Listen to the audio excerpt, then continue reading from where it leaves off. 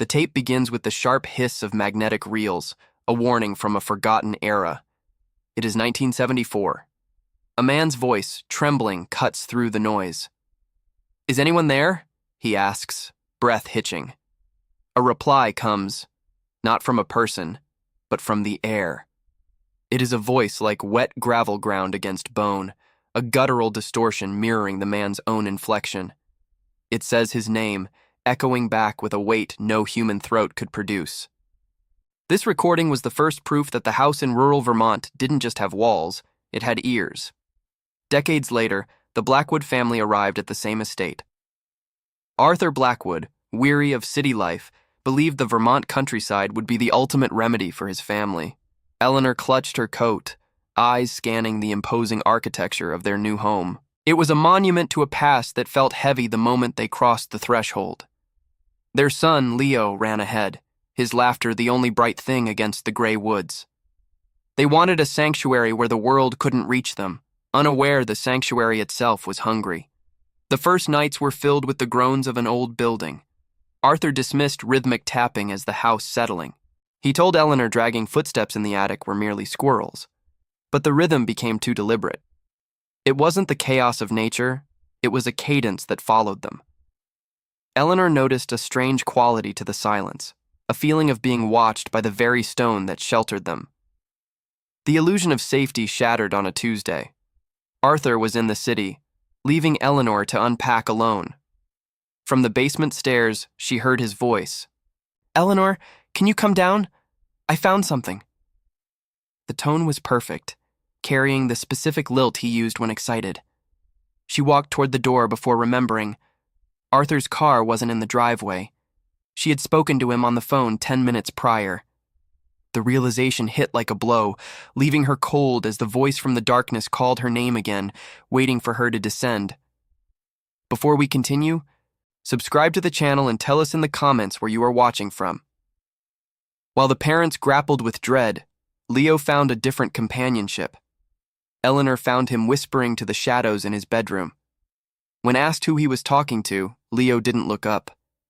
He spoke of the man in the wall, a friend who knew everything about those who lived there before. Leo shared secrets a child shouldn't know, names of previous owners and tragic details of their departures. He said the man liked to listen to them sleep because their dreams made the house feel warm. The anomalies transitioned to physical impossibilities. Arthur's locked jewelry box vanished from their nightstand. They found it weeks later behind heavy oak paneling. Arthur had to pry the wood away, finding the box nestled deep within a sealed wall cavity with no opening. There were no scratches, no dust disturbed, as if the object had folded through the house itself. Seeking a logical explanation, Arthur documented the night. He placed a recorder on his bedside table, hoping to prove the sounds were mechanical. He woke to find the recorder had been active for hours. He sat at the kitchen table and hit play. For hours, there was only breathing. Then the recording changed. For 10 minutes, a voice that was an exact replica of his own began to whisper. It didn't speak of ghosts. It whispered his deepest insecurities and secret fears he had never shared, speaking into the microphone with a predatory knowledge of his soul. The whispers were laced with secrets only a man's own conscience should hold, turned into a sharp weapon against his own fragile mind. Arthur felt his grip on reality begin to slip as his own voice mocked his worth, promising him that the cold silence within the dark house was only just beginning to find its true language. The discovery of the recording was the final blow to their sense of privacy. The bedrooms, once sanctuaries of rest, now felt like stage sets where they were being watched by an invisible, calculating audience.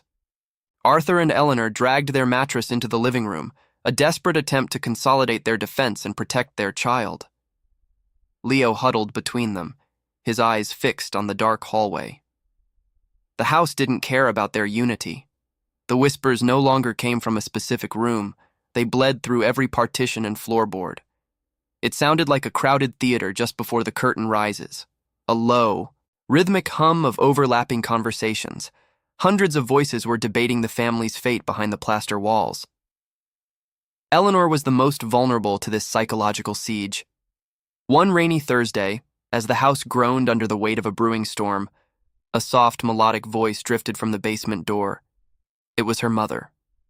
Not the woman she remembered from the hospital, but the vibrant version who used to sing in their old kitchen during Eleanor's childhood. "Eleanor, honey, I'm so cold down here.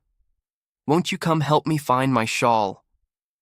The mimicry was cruel, capturing the exact light-hearted cadence of her mother's laughter. Eleanor stood paralyzed, her hand trembling as it hovered over the brass doorknob. She knew it was a lie, a trap set by something that didn't understand love, only hunger. The entity was using her mourning as a key to unlock the parts of her mind that still craved a final goodbye. The house began to manifest physically in ways that defied logic. Patches of the Victorian wallpaper started to darken, forming shadow stains that looked like ink spilled behind the floral patterns. These stains weren't stationary. When Arthur looked directly at them, they were stagnant. But in his periphery, they stretched toward the ceiling like elongated, grasping fingers. The temperature throughout the estate plummeted without warning. They would be sitting by a roaring fire, yet their breath would suddenly hitch in a visible cloud of frost. The air felt thick and heavy, as if the oxygen was being replaced by something much older that had been trapped beneath the floorboards for centuries. Arthur, driven by a desperate need for answers, tracked down a local historian in the nearby village. The old man lived in a house filled with dusty ledgers and the sharp scent of cedar. When Arthur mentioned the Blackwood estate, the historian's expression soured instantly. He spoke of a previous owner, an occultist who had conducted sensory deprivation experiments in the basement. The man believed that if a person was stripped of all senses, they would finally be able to hear the universal frequency. The experiments hadn't just broken the subjects, they had invited something in. The historian warned Arthur that the house wasn't haunted by spirits in the traditional sense. It was a resonance chamber for an intelligence that predated the concept of a soul. Returning home, Arthur found the entity had evolved. It had stopped mimicking and began to speak in its own voice, a grinding, discordant sound like stones rubbing together in a void. It understood the flow of time. As Arthur walked through the kitchen, the voice emanated from the refrigerator. "Tomorrow, the steel will bite the bone." Arthur dismissed it as a hallucination until the next afternoon. While trying to fix a loose hinge on the heavy cellar door, his wrench slipped. The tool crushed his hand against the frame, snapping a bone with a sickening crack. As he clutched his bleeding limb, he heard a low, humming chuckle. It wasn't just watching, it was anticipating his pain. The horror reached a breaking point through Leo. Eleanor found him standing on the very edge of the steep, gabled roof, his small toes gripping the wet shingles. The wind whipped his hair, but his face was terrifyingly serene.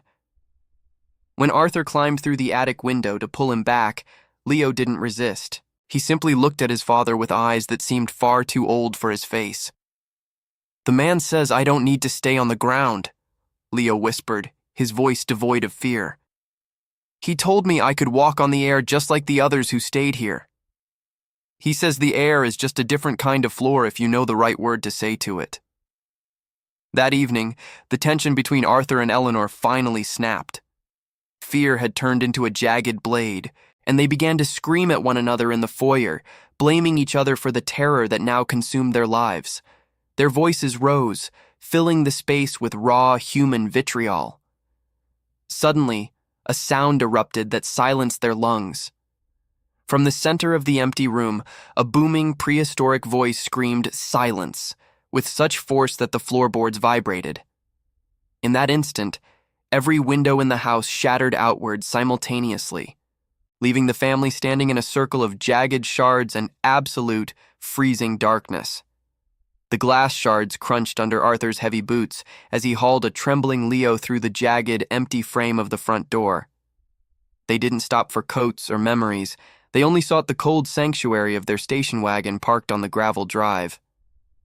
Arthur slammed the key into the ignition, his knuckles white and bleeding from the night's chaos. He twisted the metal, praying for a spark. The engine coughed once, a mechanical gasp for life, but then a sound emerged from the dashboard that turned Eleanor's blood to ice. It wasn't the sound of grinding metal, but a perfect vocalized imitation of a starter motor, a wet, guttural chug-chug-chug that dissolved into a mocking human laugh. The entity had spoken directly to the machine, or perhaps it had simply convinced the car's internal logic that it was already dead. They were psychologically tethered to the land, a parasitic bond that stretched from the deep foundation of the estate to the very marrow of their bones. The realization hit Arthur like a physical blow. The house wasn't just a location they lived in, it was a predator that had already swallowed them whole.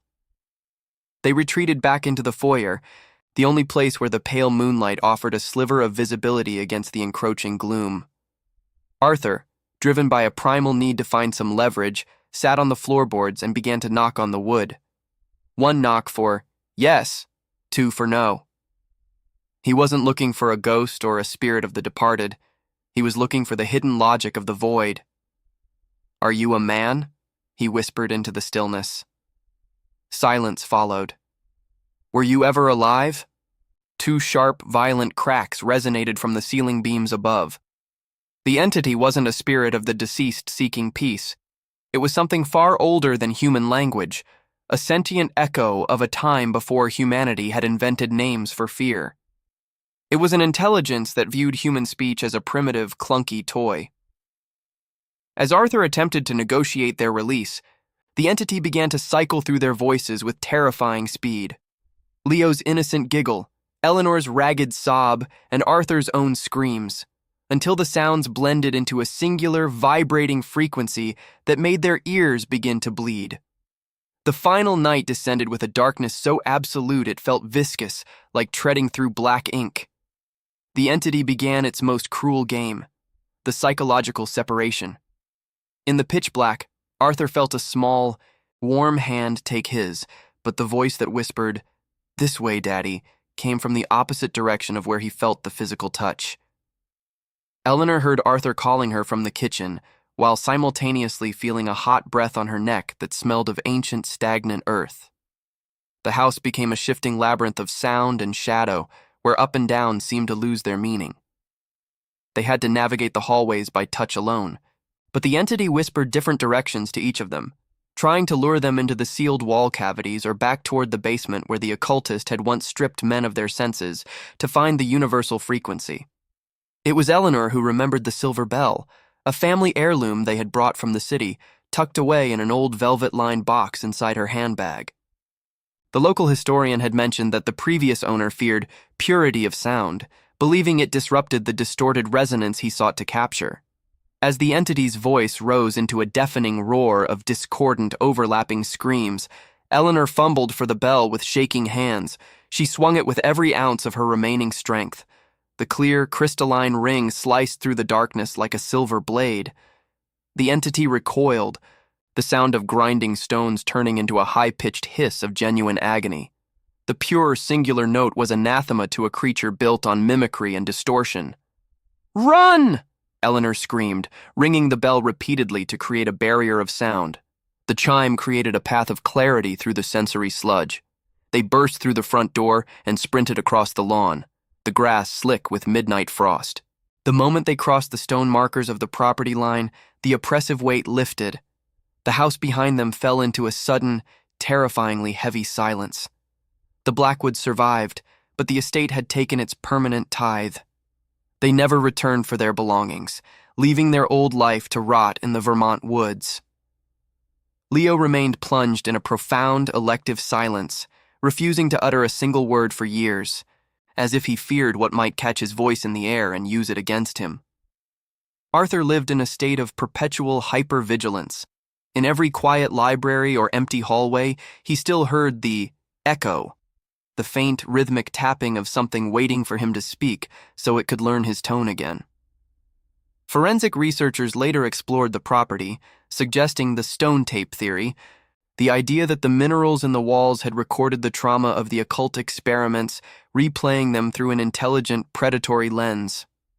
But the Blackwoods knew the truth was much worse. It wasn't a recording of the past. It was an inhabitant of the present. A final photograph of the abandoned mansion shows the windows have been boarded up, but the front door stands slightly ajar, inviting the wind inside. The woods have begun to reclaim the porch, yet the house remains expectant, a hollow throat waiting for a sound. If you were to stand in that foyer today and hear your own voice calling from a room you knew was empty, would you be brave enough to answer? Or would you realize as the door clicks shut behind you that the voice echoing in the dark isn't yours anymore?